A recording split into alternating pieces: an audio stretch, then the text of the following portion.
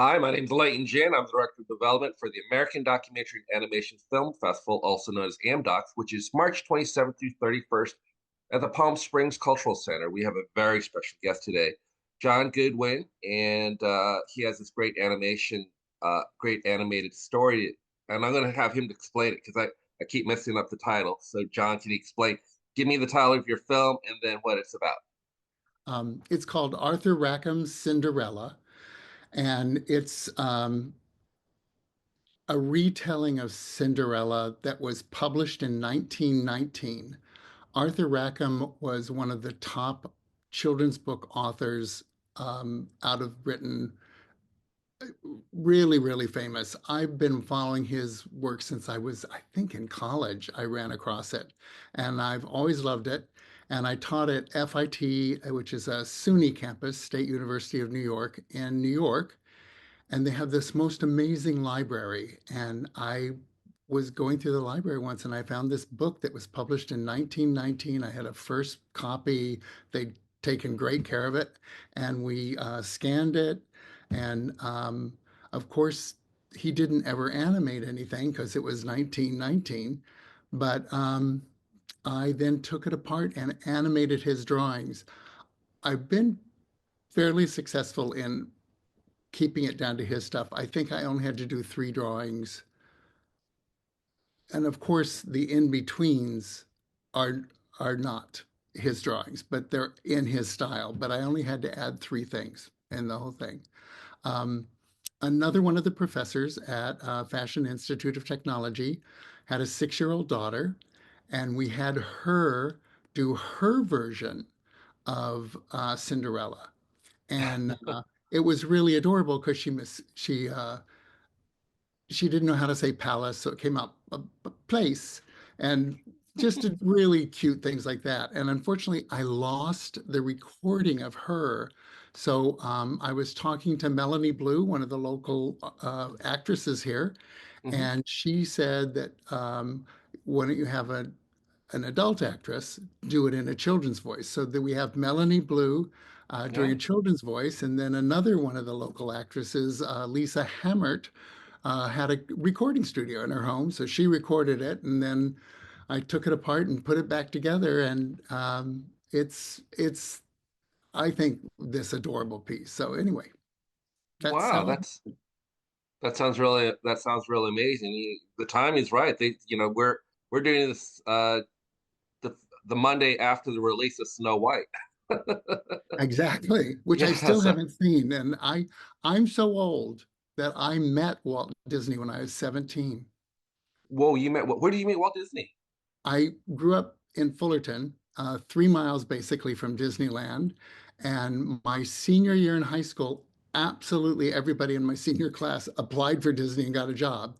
Because I graduated at 17, I could not work as a ride operator yet. So I was in a restaurant, and I got hired as a busboy, and after 2 weeks, they realized I was big and could lift things. So they moved me into being the stock boy, and I was taking a huge bag of rice from the basement up some stairs through a hallway where no one's supposed to be. And Walt, whenever he took someone famous around, it was he was careful to keep them, from getting mobbed. And it was Elizabeth Taylor and Richard Burton right after they did Cleopatra. And I had this big bag of rice, and I run into people in a hallway where there shouldn't be people. And I turn around, I have a 50-pound bag of rice on my shoulder. And Walt's embarrassed because, and he's patting me on the back and going, John, have you met Liz and Dick? And I'm trying to shake hands with, it was unbelievable. Oh my And then God. he literally died that December. That was in the summer. And he died of lung cancer that December. Oh my So I goodness. barely squeezed in meeting him. So yay. Oh, Yeah. wow, that's an amazing story. It was an amazing moment. Oh my goodness. Now, have you had a chance to go to Smoke Tree Ranch? I have driven by it. I haven't actually gone to it, but I need to Well, do that. yeah, let me say this real quick for our audience. Last year, so Walt Disney had a home in Smoke Tree Ranch, a country club in Palm Springs, And actually, last year we were able to have our opening night party there, so we got a chance to see it, and Oh, we had a chance to kind of it basically was just a clubhouse, but the clubhouse was called Disney Hall. So we got a chance to take a look around, and it was really cool, and it's just one of the great pieces of history here in the Palm Springs area that we're going to share with some of our yeah, filmmakers as well as the audience. This is a great place for filmmakers, creatives, and all yeah. that. Now, your career was in New York. How did you wind up back in Palm Springs? This was my sister's favorite place on earth. And when COVID happened, I was teaching from a little bitty New York apartment about that big. And I was thinking I needed to move and I needed to retire soon. And COVID sped it up a couple years. And my sister found something online and we put in a bid and we got outbid. And it just really depressed my sister. And one of my closest friends, Kim Reineberger, who worked as an Imagineer, but we started out together at Disney. He was a sweeper and I was a busboy. Mhm. And anyway, Kim, we sent him over to look at this second place and we put in a bid right then and I luckily got it. And um, I moved out here and taught from poolside, which was lovely. Well, that's the best place to teach. Yeah, I'm sure the students were jealous. yeah. Well, I had, because they were in COVID too, I had one in Paris and I had one on a yacht in the Mediterranean Ocean. Uh, it, and then the rest of them mostly were in New York and not thrilled with it. But anyway, yeah. So let's backtrack here. You worked at Disney, but you were a busboy. But when you were at Disney, how did that affect your life or put you on your direction where you're doing graphic designs and now some Yeah. animation? It's a really perky place to work. I mean, they're really, everyone's nice and everything. And at the end of the summer, I was going back to school, so I stopped. And then I put in again, and now I was 18, so I could work on a ride. And I was the omnibus driver and all of the different vehicles on Main Street. And I trained driving the omnibus on Boy Scout Jamboree Day, where Boy Scouts got in for half price or something like that. And they were darting back and forth in front of the omnibus while I'm trying to drive. I'm going 5 miles an hour. I'm sure I'm going to kill people. It was awful. It was just awful. And then I transferred over. Tomorrowland opened, the new one, and I transferred to the People Mover because they were having major problems with it. In Florida, they built a roof over the top because they learned that leaves and all sorts of stuff got in the tracks and we kept breaking down. Um, so that was interesting. And then I was Davy Crockett. So I rowed a canoe around the island and waved. And I was on the Haunted Mansion and I was a pirate. And I was a submarine captain. And it was great. My sister was Snow White in the Christmas parade, and basically she smiled and waved at people. And, it's a great first job. It really is. We need to ask your sister about what she thinks of the new Snow White movie. Oh, absolutely. Yeah. Now, what year was this? Now, I don't mean to date you or anything like that, Oh, but I graduated from high school in 66. okay, so that So I was worked there from 66 all the way through 76.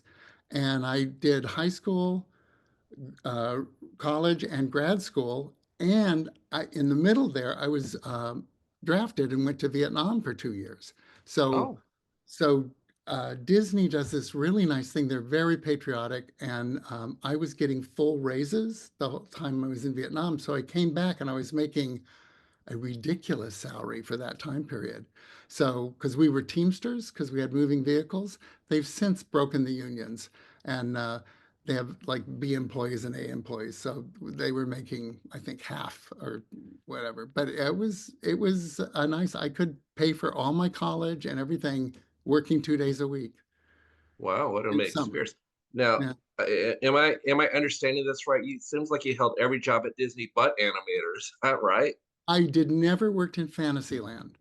Uh, For some odd reason, I worked in Tomorrowland, Main Street, Frontierland, and Adventureland. Um, so I was there like over a 10-year period.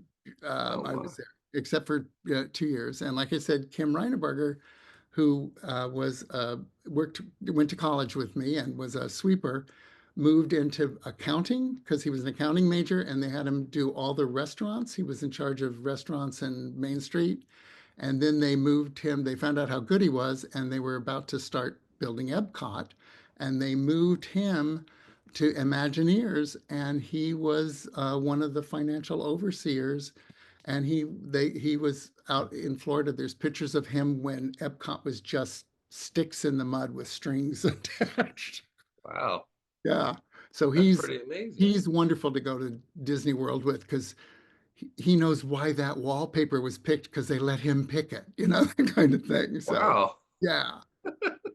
So, how did you go from working to Disney and then becoming now was your career graphic designs or animation? Because I know that's what you Dance. taught at SUNY. It was dance.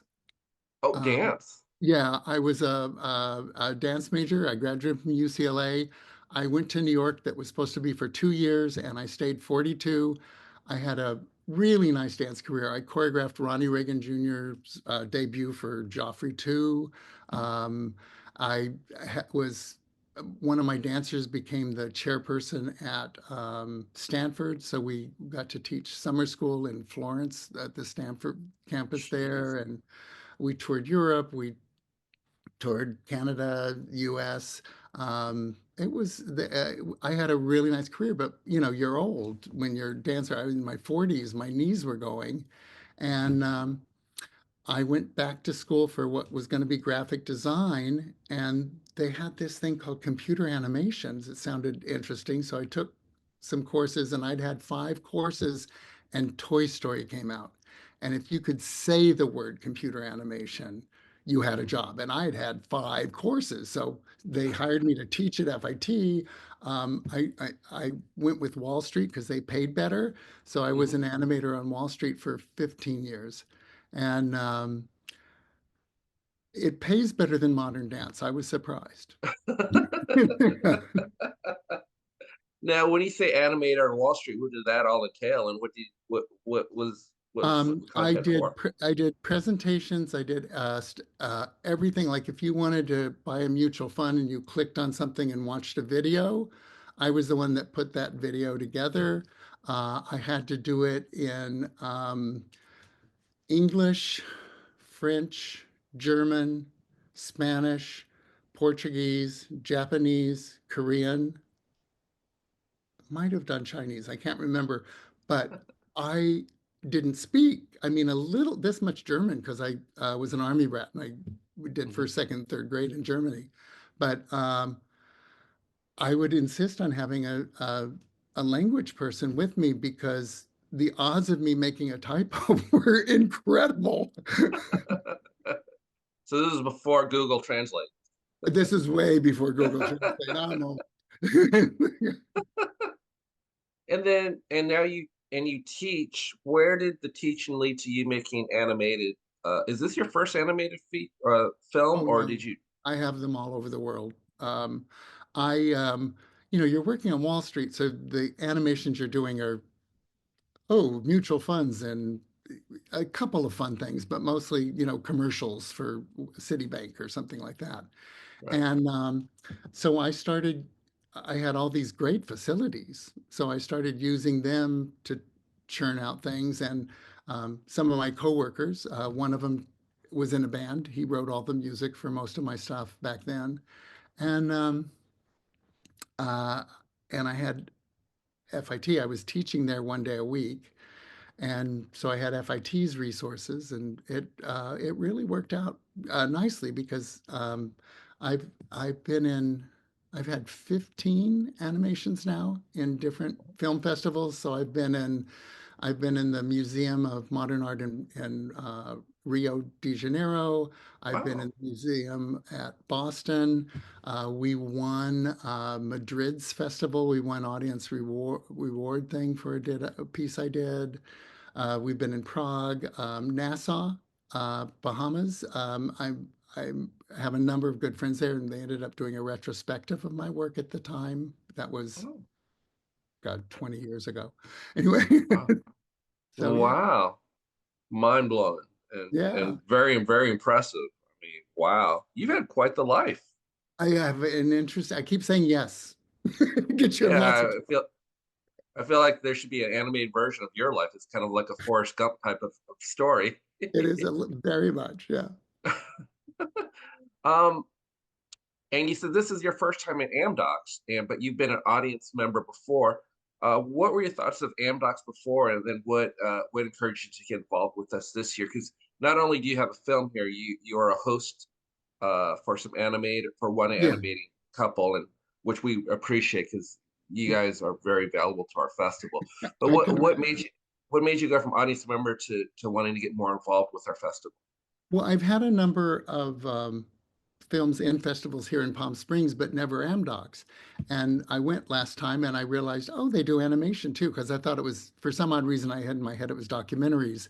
Cheryl Bookout, who's a local document documentarian, however you say that, Documentary. Yeah. documentary person, lives in Yucca, and I'm animating some stuff for one that she's going to have. It's probably a year to 2 years down the thing, but I'm doing animated features before each interview, just an introduction thing for her. And Oh. so she told me about this festival because she's I think she's been in it, and so I ended up there. So I've done animations in two documentaries. So I was curious about your documentaries, and I went and found out you did animations too, and I was like, yay! So it's heaven for me. Yeah. Oh, that's awesome. Now, I know you're retired, but it seems more like semi-retired since you're still Oh, I've making. gone back. I teach at College of the Desert now, one class a semester. I teach either Photoshop or computer animation. Oh, I might Uh, have to take your class, by the way. okay, you're welcome to. But what are your thoughts about?